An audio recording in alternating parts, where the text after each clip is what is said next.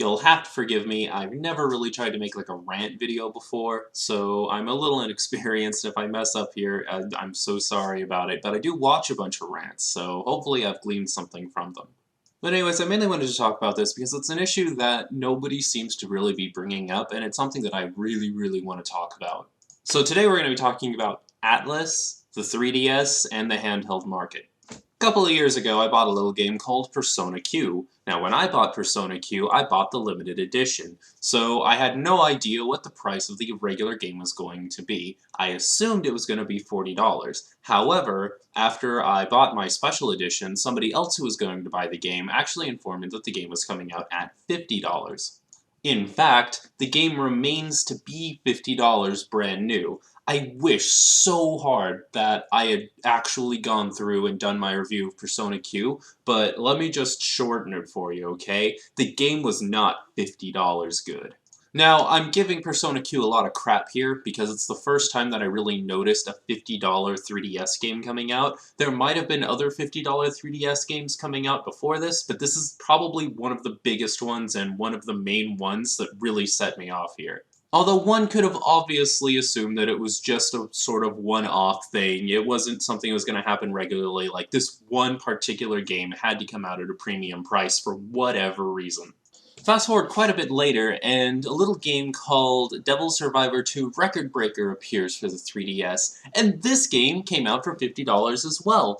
And I'm even more bothered by this one, because this is a remake of a DS game. They added a couple of things like voice acting and like a new scenario and stuff, but it's a completely premium price for a game that most people had already played. And if you wanted the new stuff, you had to pay premium price. Now obviously, I didn't get this game. As much as I loved Devil Survivor 2, I'm not going to replay it if I have to pay $50 in order to do so with voice acting, but I will give credit where credit is due. I looked into the DLC of this game, and most of it was free. So I guess that's where the premium price comes in from.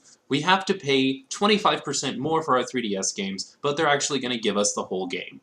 And then, not too long ago, Persona 4 Dancing All Night comes out. Dancing All Night is probably the worst example of this that I have. So, Persona 4 Dancing All Night is a rhythm game. I'm not going to try to put down rhythm games as a genre. Rhythm games are fine, rhythm games are fun, but rhythm games are not premium price worthy. People are going to try and defend the fact that it is indeed premium price worthy because it's got Persona 4's name on it, but most of the true Atlus faithful is going to realize that they are completely milking the crap out of Persona 4. This luckily seems to be the last iteration of Persona 4 after giving us, what, the RPG, the remake of the RPG, we got the dungeon crawler, we got 2 fighting games out of it. And of course, all of them were main canon story, so you couldn't miss any of them if you wanted the full Persona 4 experience. And I know what everybody's gonna say, oh, but Kudou, you don't have to play all these games, like if you don't like it, just don't buy the games. But here's my thing. I've been an Atlus faithful for years. Atlus has done some great work that I will get into later. Why should I be punished for being an Atlus fan? Just because it's not something we're being forced to do doesn't mean I don't get an opinion on it. But alas, the $10 increase in price does at least mean that we will be getting the free DLC. So you buy our game at 25% higher than it should be, 25% higher than any other Vita game right now, and we will at least not screw you on DLC. Just kidding, guys! I went and I did the math for all the DLC on Persona 4 Dancing All Night, and it turns out that it comes out to about $74. It's so dumb. If you're going to mark up your game $10 extra and you're going to make us pay $50 for your $30, maybe $40 video game, and then also charge us $74, then where exactly are we getting any value out of this? Atlus diehards, you are very welcome to try and defend Atlus on this video, but I'm telling you, this is not the way that things are supposed to be. And honestly, it doesn't even seem like it's slowing down any. New entry in Odyssey? Yeah, I'm thinking like $50. Yeah, let's go with $50 on that one. Stella Glow came out at $50? That's not even a milkable franchise. That is literally a brand new IP. That's even worse somehow, because at least with the other ones you have some idea of what you're getting into, so it's almost acceptable to pay like $50 for a brand new Persona game, or for like a brand new Etrian Odyssey game, because you already like those series, so you at least have some pretty high expectations what you're getting into. This is like literally just nothing. We know nothing about it. We've never had a game in this franchise before, and all of a sudden it comes out. You have to pay $50 to find out exactly what's in it. Yeah, we live in the day of the internet now, so obviously we can look up game reviews, we can look up gameplay videos. That's not what this is about. Bringing out a new IP like this at $50 is pretty much saying, you are going to love our game so much. This brand new game that we've never even tried anything with is going to be so good that it's worth $10 more than all of Nintendo's 3DS games. The one thing I can say for you, Atlus, is you have got some balls. So I want to take a look at some Stella Glow, alright? Maybe I'm completely wrong. Maybe Stella Glow is like something completely amazing and it deserves to be $50, it deserves to be $60, $70, $80. Let's just take a look at some of the gameplay. Okay, anime turn-based style RPG. Never seen that before. Really breaking new ground with this one. Oh, take a look at that. Character animations when you attack something. That's brand new. Never seen that before. Oh, look at that! Little blue squares indicating movement, and then red squares indicating what you can attack. That is just such a great aesthetic choice. By the way, guys, I don't know if you knew this or not, but the new Fire Emblem came out recently. New Fire Emblem's pretty good if you want to go and check that out. I don't know why I'm thinking of the new Fire Emblem, what with all these like character animations when you attack stuff, and the blue squares and the red squares indicating what you can attack. It's absolutely hilarious to me. We're paying premium prices and we're not even getting all Atlus stuff anymore? We're literally getting, like, Atlus's take on Fire Emblem? And okay, oh, but Kudou, it's not exactly the same as Fire Emblem. They do a lot of different other stuff that's totally original, I promise. It might not be exactly a Fire Emblem clone, but the timing for release, it coming out, like, what, maybe a month, maybe 2 months before the new Fire Emblem with all of these little aesthetic choices they made. Excuse me if I don't immediately mark that as coincidence. Ah, but Kudou-kun, is it really just Atlus doing this kind of crap? You're being awful hard on Atlus, Kudou-kun. You should talk about some of the other companies that do this. Here's the weird thing. So, Xseed Games came out with a new Senran Kagura game for the 3DS, and I was actually pretty interested. I was like, wow, that sounds pretty cool. There was sort of a bit of a gaming drought at the time. I wanted to get a game to fill the time. When I went into GameStop to get it, it was marked at $50. So I was actually ready to talk about how this is sort of starting to branch out, how Atlus is setting sort of a new precedent that other companies are taking advantage of, where they can start charging $50 for 3DS games because it's okay now. But I don't know if this price was dropped before I got a chance to see it again, or if it's always just been 40 on the website and it's still 50 in the stores, but it says that it's 40 here, so I'm guessing the price just dropped. This game was at one point $50. I want to believe with all of my heart that Xseed Games just had a change of heart and decided to drop the price down to where it should be. I'm sure that Senran Kagura 2 is a fine game. Senran Kagura doesn't really get any praise for how good it is. It's got pretty solid combat. Yes, obviously, it's sort of a fat fest. But people who look past that can find a pretty decent brawler. Now that this game isn't $50, I'll actually consider picking it up, but I want you to know that at the time that I was ready to talk about this, this game was $50 in stores. So yeah, it's pretty much just Atlus doing this to us. And one has to wonder, why exactly are they doing this?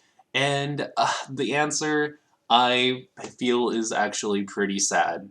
So I have a feeling that the reason Atlus is marking up their games 25% higher than like all of the other handheld games we can get right now is simply because they can. They know that the Atlus faithful is going to follow them and pay $10 more for their games. It's an inevitability, like, you're just going to do it. Nobody wants to miss out on the latest and greatest from Atlus. I'm not going to come out here and say that Atlus is an awful game company or something. Atlus is a great company. Let's see. Besides their huge games, we've got, what, we had Izuna, Yggdra Union, Etrian Odyssey is pretty big, Luminous Arc, Radiant Historia, Disgaea, Odin Sphere, Arcana Heart, Dokapon, Catherine, Dragon's Crown, and that's all just off the top of my head. I'm sure if I went and I looked at a list or something, I could think of even more great games that Atlus has given us. They published From Software's Demon's Souls, starting one of the greatest game series that we currently have today.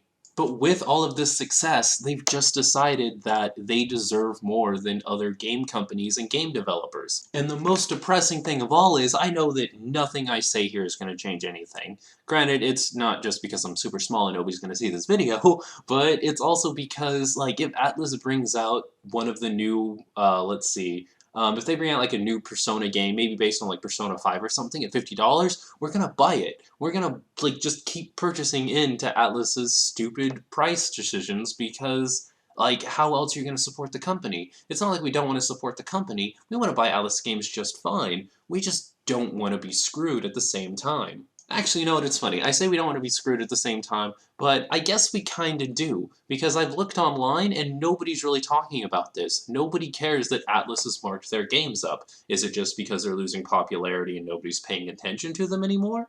Or is the Atlus faithful just completely blind to this markup and they don't even pay attention to the price anymore? They're like, oh, this game's by Atlus? Well, let's go ahead and mark that one through. New Etrian Odyssey, gotta have that one. What's that? Persona Dancey game. Let's play some Persona Dancey game. I want to make sure that people know that I'm not talking about limited editions or special editions, okay? Senran Kagura Estival Versus is getting another edition, and it's going to be the Endless Summer Edition. The Endless Summer Edition is going to be $50, but with the price increase, you actually get a lot more stuff. Comes with an art book, comes with CDs, so on and so forth. I'm specifically talking about the crap where when you buy a vanilla copy of the game, and it is still premium $50. No, but check that out. New Pokemon game's coming out pretty soon. That's $40. Sure, Nintendo could have screwed us on that one. Sure, they could have charged $50 for that one, and droves of people would have bought into it because we love the Pokemon series. Somehow they're getting away with releasing a $40 game that doesn't screw the customer. Let's take a look at some of these other games coming out pretty soon. Third game in the Zero Escape series is going to be $40. Axis Games seems to know where it's at. Dragon Quest VII Fragments of the Forgotten Past, a remake of Dragon Quest VII. Dragon Quest VII's been pretty popular lately. I'm sure that'll do pretty well. They're only going to charge $40. Ooh, take a look at these beauties here. Bravely Second, sequel to what some people consider the best RPG on the 3DS and one of the best classic RPGs that we've gotten in years. That one's coming out at $40. Hyrule Warriors Legends, full Hyrule Warriors game with new content, new scenarios, just all new stuff, including all of the old stuff, and probably some revamped graphics coming to the 3DS for $40. I'm sorry, guys, but Atlus games are not worth $10 more than the other games on the market right now. And the sad fact is, they're using the fact that we're such huge fans of their games to get an extra $10 out of us at the register.